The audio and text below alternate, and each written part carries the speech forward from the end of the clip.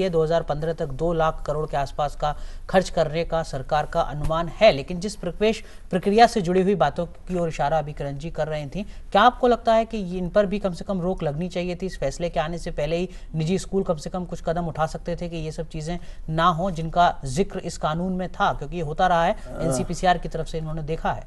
देखिए, निजी स्कूल्स क्या करें ये भी एक प्रश्न है, पर उसके पहले एक बड़ा मौलिक प्रश्न आपने उठाया। एक मान्यता सी लग रही है, एक फिक्सेशन सी है कि हम ये मान रहे हैं कि कानून बन जाने से सब बदल जाएगा। देखिए, कानून समाज नहीं बनाता, लेट्स अंडरस्टैंड दैट। समाज कानून बनाता है। अगर हम समझ रहे हैं कि आरटी के आ जाने से सब कुछ ठीक हो जाएगा, मैं कह रहा हूँ 10 साल में जब कॉन्स्टिट्यूशनल प्रोविजन के चलते कुछ नहीं हुआ तो इस आरटी से कुछ होने वाला नहीं। जब तक समाज में बदलाव नहीं आए, कुछ नहीं, समाज की सैंक्शन ही नहीं है इसको। कोई भी कानून which is not sanctioned by the society is incapable of being implemented, and that is the fate. What makes you say that, Mr. Pathak? No, I'm saying this because there is the whole nation stands divided in that. पहली एक बात बताइए, 25% आपने मान लीजिए आपके 20,000, 30,000, 50,000, 1 lakh private schools हैं, उसमें 25% आपने दे दिया, तो आप पॉपुलेशन के किस परसेंटेज को सर्व कर रहे हैं? A very small percentage. Eventually the bulk of the thing will have to be taken by the state. Now the question is, unless the state pulls up, unless the system of accountability and review and outcomes is built, today the whole thing is built on processes. देखिए, ये corruption की बात इतने देश में हो रही है, actually it's a product of the kind of labyrinthine of laws that we have which are not implemented. But it also has its roots in somewhere in deprivation and need as much as in greed. No, see, nobody's questioning that. As I said, I started off by saying it is essential, timely. In fact, we're already late. We should have done that a long time ago. But the fact is, I'm only questioning the methodology.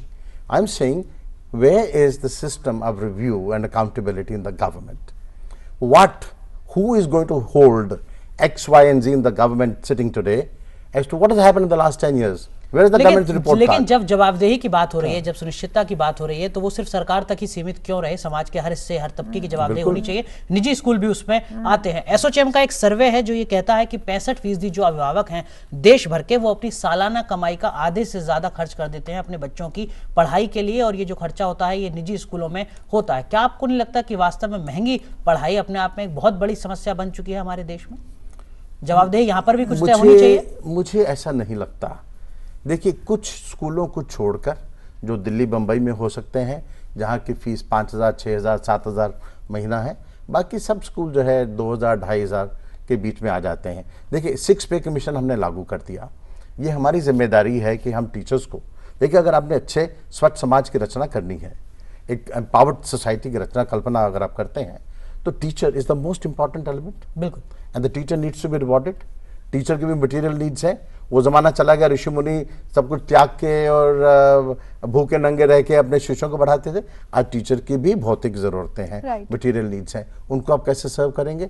Unless the teacher is happy, empowered, competent, committed, inspired, how would you have quality education? No, if you have to pay the teachers well, then you have to charge somebody's going to pay for that. क्या आपको लगता है कि निजी स्कूलों में भी बहुत छोटा तबका है जो अध्यापकों को उनकी जरूरत के हिसाब से पैसा देता है, वरना बहुत कम पैसे पर अध्यापक काम कर रहे हैं निजी स्कूलों में? ये बिल्कुल, ये शोषण तो बंद होना चाहिए।